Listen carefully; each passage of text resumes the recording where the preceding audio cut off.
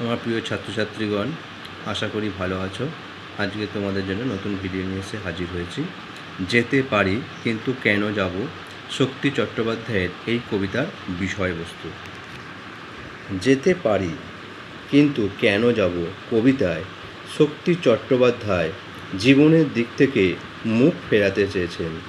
জীবন যুদ্ধে ক্ষতবিক্ষত কবির জীবনের প্রতি সমস্ত স্পৃহা নষ্ট হয়ে যায়। ক্লান্তি শ্রান্ত কবিকে মৃত্যুর বেশে হাতছানি দেয়। হয়তো সেই ইশারায় কবি যে কোনো দিকেই চলে যেতে পারেন জীবনকে অতিক্রম করে, কিন্তু কবি জীবনকে ভালোবাসতে চেয়ে সেই হাতছানিকে উপেক্ষা করতে চেয়েছেন।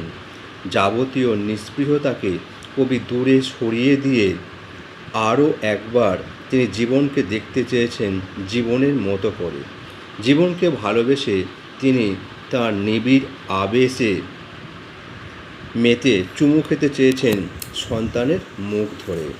অর্থাৎ এই জীবনানন্দ দাশের যে এই কবিতা যেতে পারি কিন্তু কেন যাব, এই জায়গায় আমরা কি দেখতে পাইছি না, ভাবছি ঘুরে দাঁড়ানোই ভালো। একটা সময় এই সংসার সমুদ্রে যাত্রা করতে করতে মানুষ যখন পরাজিত হয়, মানুষ যখন ধাক্কা খেতে খেতে পিছু হাঁটতে শুরু করে, তখন ভাবে মৃত্যুই হয়তো ভালো, আর কিছু ভালো লাগে না, তাই সমস্ত কিছু সরে দাঁড়ানোই ভালো। কিন্তু জীবনের অন্তিম পর্বে এসে পৌঁছে দেওয়া যা জানা যায় সেটা কি না, সেটা লড়াই করেই জিততে হয়। তাই তিনি কী ভাবছেন, যেতে তো তিনি সহজেই পারেন, তা বলে তুমি কি হার মেনে নেবেন? জীবনের সঙ্গে তিনি হার কিছুতেই মারবেন না। তাই তিনি কি ভাবছেন, যেতে পারি কিন্তু কেন যাব, তাই কোথাও হার মানব না, কখনো তোমার করে তোমাকে ভাবিনি। তাই এখন খাদের পাশে রাত্রি দাঁড়ালে চাঁদ ডাকে। অর্থাৎ এখনও যেন তার মনে কোথাও একটা ভালোবাসার চিহ্ন রয়ে গেছে। তাই তাঁর কি মনে হয়, প্রিয়ার বন্ধন, সন্তানের প্রতি তার যে ভালোবাসা স্নেহ, সেই স্নেহজ বন্ধনে তিনি আবদ্ধ হতে চান। তাই তিনি কি করতে চেয়েছেন, ঘুরে দাঁড়াতে চেয়েছেন। তিনি কি বলছেন, আয় যেতে পারি, যে কোনো দিকেই আমি চলে যেতে পারি, কিন্তু কেন যাব?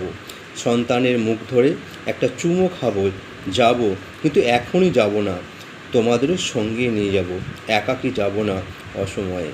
তাহলে সেই সন্তানের প্রতি ভালোবাসা, পরিবারের প্রতি ভালোবাসা, সেই পরিবারকে নিয়েই এই ভালোবেসেই তিনি থাকতে চান। তিনি আরও পরে যাবেন।